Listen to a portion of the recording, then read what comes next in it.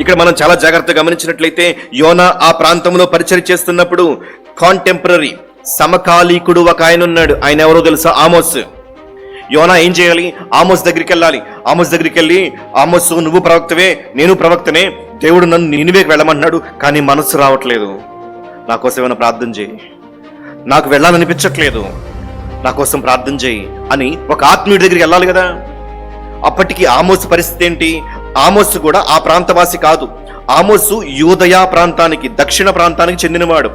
దేవుడు వెళ్ళమంటే దక్షిణ ప్రాంతాన్ని విడిచిపెట్టి ఉత్తర ప్రాంతానికి వచ్చి ప్రవచిస్తున్నాడు, మినిస్ట్రీ చేస్తున్నాడు. ఇప్పుడు యోనా ఆమోస్ దగ్గరికి వెళ్ళి, ఆమోసు నన్ను దేవుడు నార్త్ ఈస్ట్లో ఉన్న, ఈశాన్యంలో ఉన్న నినివే వెళ్ళమంటున్నాడు, ఏం చేయమంటావంటే ఆమోస్ చెప్పేవాడు, నేను రాలేదా ఏంటి? నా యూదా ప్రాంతాన్ని విడిచిపెట్టి నేను ఉత్తర ప్రాంతమైనటువంటి ఇజ్రాయేల్ రాలేదా? నువ్వు కూడా వెళ్ళు అని ఎంకరేజ్ చేసేవాడు, కొంచెం బలపరిచేవాడు. కానీ యోనాకి ఇవేమొద్దు, తను బలపరిచేటువంటి, దేవుడి చిత్తం చేయించేటువంటి ప్రజలు వద్దీనకు. అందుకే ఒక్కడే నిర్ణయించుకున్నాడు. గుర్తుంచుకోండి, అవిధేయులు సింగిల్గా, ఒంటరిగా నిర్ణయాలు చేస్తారు, ఇక ఎవరిని కన్సల్ట్ చేయరు.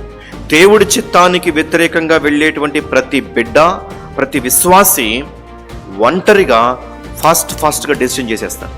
ఎందుకంటే ఆ డెసిషన్స్ ఇక ఎవరికి డిస్క్లోజ్ చేయరు. చేస్తే వాళ్ళు వెంటనే వాటిని ఖండిస్తారు, వాటిని సరి చేసుకోమంటారు. కాబట్టి గుట్టు చప్పుడు కాకుండా చేస్తున్నాడు.